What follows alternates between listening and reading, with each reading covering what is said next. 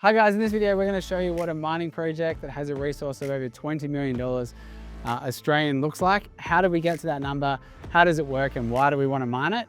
We've done a welcome video to the series on basically how to start a gold mine when you have no idea what you're doing. That's pretty much us. We're going to show you the different areas on the site, what the grade is, how we know that, and what we think is going to happen when we order some equipment and we come here with a big bunch of crushing equipment and go from there. All right, so what are we here to mine? Gold. We're here to mine for gold. Yeah. So the gold in this area and a lot of Western Australia is in quartz. So this is a piece of quartz that has some vugs, but it's got gold in it where you can actually see it, which is fantastic. So what we want to do is dig up the quartz. Now there's lots of other rocks you see around. There's lots of other different colored rocks that are no good really. We've got to dig them up to get to this, and there's bands of this, which we'll show you in a minute. But basically, we want to dig up the ground to get the quartz, crush the quartz to go from big rocks to very little bits of rock, and get the gold out is basically the plan of what we want to do here.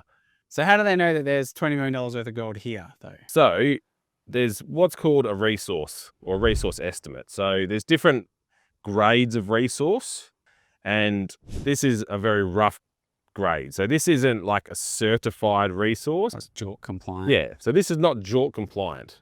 This is a non-JORC compliant resource. So big mining companies and that, they'll say that they have a JORC compliant resource, which means that all the drilling and all the way they're sampled, all that is as per certain regulations. That's not this. That's not this.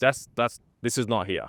No JORC compliant resource here. There's just a rough resource. And so the rough resource indicates that there's a minimum of 6,000 ounces of gold, and which is about, well, just over $20 million worth of gold in Australian dollars. And it's mainly separated to two areas.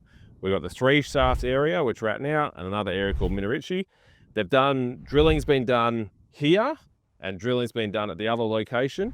And when they do the drilling, basically they drill in the ground and they will sample the quartz that comes out and say there's 3 grams per ton or 5 grams per ton or whatever it is. And they'll say, well, we got 3 grams, they'll drill here and then drill 10 meters away. And if they get the same or a similar grade there, they'll say, well, we can average out that over that 10 meters, it will average at 2 grams per ton or whatever it is. And so depending on the spacings of the drilling, that's roughly how they work out how much gold is in the ground. And then they come up with a number. So when I say they, not us. And like very smart geologists. Smarter people than us. Yeah, way smarter than us. And so which is not hard. Not hard at all. And that's basically what we've got here. We've got a rough resource. So we know that there's some gold in the ground. Down there and in the other area. But to give you an idea, a mining company would never start mining now. They would come in and do like another $500,000 or $1 million worth of drilling, and they'd probably still not mine it, but they would do a heap more drilling and test it to the nth degree before they did any mining. But for $1 million worth of drilling, we can basically start mining.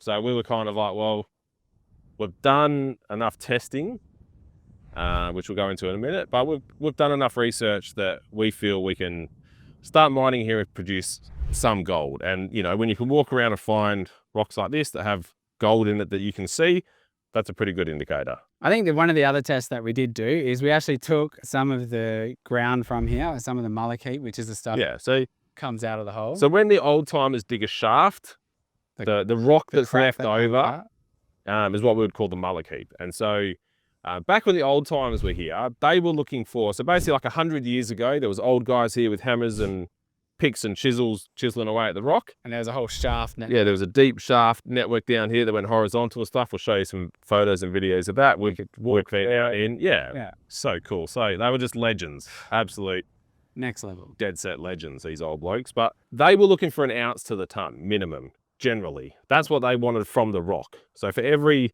ton of rock, they wanted an ounce of gold, which is about what, 33 and 31 pairing, over 30 grams per ton, something like that, right? That's what they wanted. We're looking for 1 gram per ton.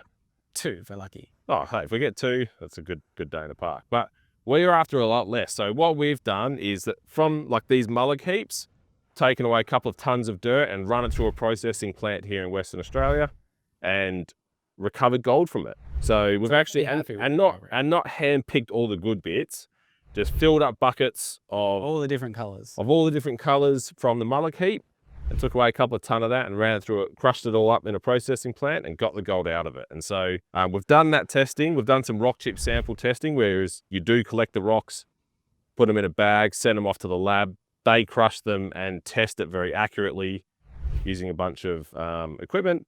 So we've done that testing as well. That showed that there's gold here and at the different locations. And then also we've gone through the drilling results. So they might go through like, you know, hey, we hit this much and this much and this much, and you can see where the gold is going and how it works. And the other thing with this resource is there hasn't been enough drilling. Like we would assume that if there was more drilling done, like it's open-ended on either side is what they would call it. So basically that means that where they've done the drilling, like in the last drill, so they drilled in a line, you know, 10 holes, the last drill hole still was finding gold.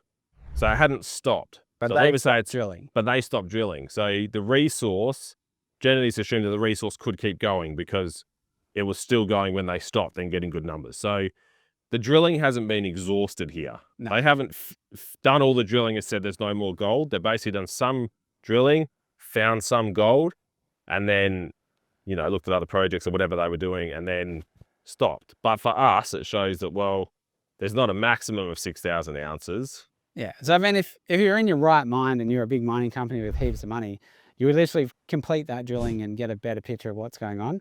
We feel like we've got enough of a picture to start mining, and then hopefully that can pay for future drilling in the future. Yeah. So that's kind of a little bit about why we think the resource is worth that. What we'd like to do now is basically show you guys around like the different areas. This area is called Three Shafts.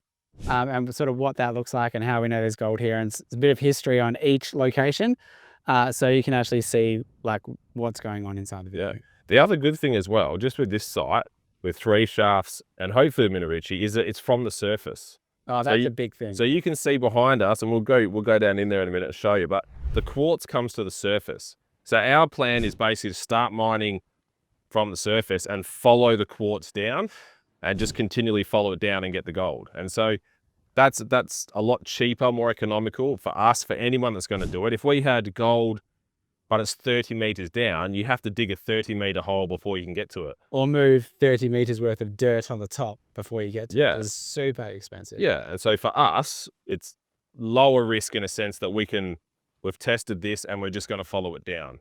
And so the drilling isn't obviously here, the drilling is down further, you know. But it's proved it along. It's like, hey, look, it's from here, and at certain further depths, it continues on. So yeah, so that's another big... It's a whole nother thing. Yeah. All the time. Let's show you guys around sort of what the site looks like, and you can get a bit of a gauge for the actual ground. Before we come in here, we can obviously order some equipment and get here and do it, but that way you kind of can see what it's like before we start digging. Yeah. Cool. Here's what shooting videos in the outback really looks like. It's what, 38 degrees, 37 degrees on the temperature gauge. I'll show you that in a second. Top. The phone, this phone here, literally overheated. Like, we're shooting on the phone, brand new iPhone. We have to put it on the air conditioner just to cool it down. Absolutely ridiculous. Someone forgot the tripod. I'm blaming Matt. So at the moment we have, I'll show you a picture of that too. The gimbal literally electrical taped to the star picket. No, just wooden posting. Wooden posting just to shoot some videos. So next time that, bring all the gear. Would you? One job, I give one job. So anyway, this is what shooting content out here really looks like. Look, hot, 37 degrees. So we've just come back to the Land Cruiser to cool down the phone with the aircon and ourselves and get some liquids before we start shooting some more videos. I'll see you on the next one.